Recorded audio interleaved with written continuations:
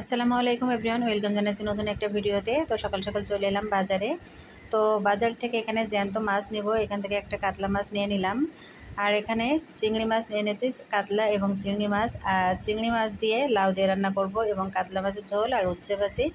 তো উচ্ছেটা এভাবে করে আমি কুটে নিয়েছি, নিয়ে এভাবে করে লবণ দিয়ে একটু মাখিয়ে রাখতে হবে, তাহলে কিন্তু তিতাটা আর থাকবে না।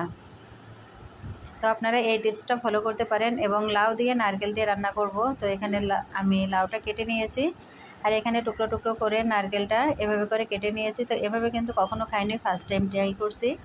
ইউটিউবে অনেক আপুরাই দেখলাম লাউ দিয়ে চিংড়ি মাছ দিয়ে নারকেল দিয়ে রান্না করছে, তো আমিও ট্রাই করছি, জানি না কেমন লাগবে।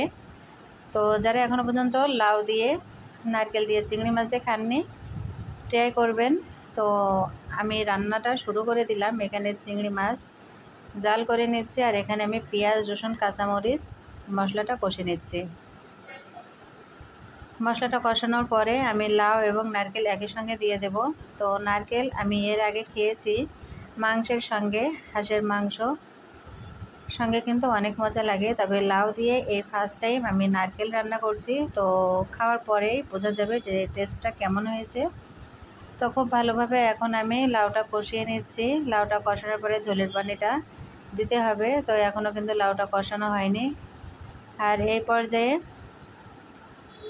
দেখুন, বেশ সময় জাল করার পরে কিন্তু লাউ যখন অল্প হয়ে এসেছিল, তখন আমি হলুদের গুঁড়াটা দিয়ে দিলাম। লাউটা সিদ্ধ হওয়ার পরে হলুদের গুঁড়া দিবেন, তা নাহলে কিন্তু লাউটা সিদ্ধ হবে না। আর এখানে নারকেলটা দেখছি একেবারেই এইভাবে আমার মুখে তাকিয়ে আছে, একটুও মনে হচ্ছে সেদ্ধ হয়নি। তবে জানি না কেমন লাগবে, ফার্স্ট টাইম রান্না করছি। এখন ঝোলের পানিটা দিয়ে দিলাম। ঝোলের পানিটা ফুটে ওঠা পর্যন্ত একটু অপেক্ষা করতে হবে। তো ঝোলের পানিটা দিয়ে এভাবে করে একটু নেড়ে চেড়ে নিলাম।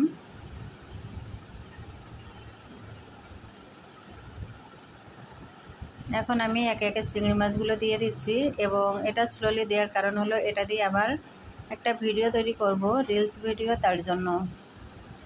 তো মাছটা দেওয়ার পরে ঝোলটা এভাবে ফুটতে শুরু হয়েছে। একটু ঝোল কম হয়ে গেলে তারপরে কিন্তু আমি চুলাটা বন্ধ করে দিব। তো আমরা যারা ফেসবুকে কাজ করতে এসেছি, আমরা যারা কন্টেন্ট ক্রিয়েটার হব ভাবছি, তো ধৈর্য ধরতে হবে, চেষ্টা চালিয়ে যেতে হবে, তাহলে আজ হোক কাল ইনশাল্লাহ সফলতা মিলবে। তো এখানে আমার রান্নাটা হয়ে গেছে, আমি চুলাটা এখন বন্ধ করে দিব। লাউ রান্না শেষ। এখন আমি উচ্ছেটাও ভাজি করে নিচ্ছি আরেকটা চুলোতে। তো উচ্ছেটা ভাজি হয়ে গেছে, আর প্রচুর গরম পড়ছে। রান্নার পরে আমি চলে যাব এখানে দোকানে।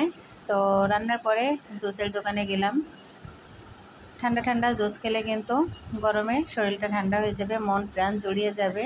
তো সব ছিল, আজকে ছিল এ পর্যন্তই। আল্লাহ হাফেজ, আসসালামু আলাইকুম।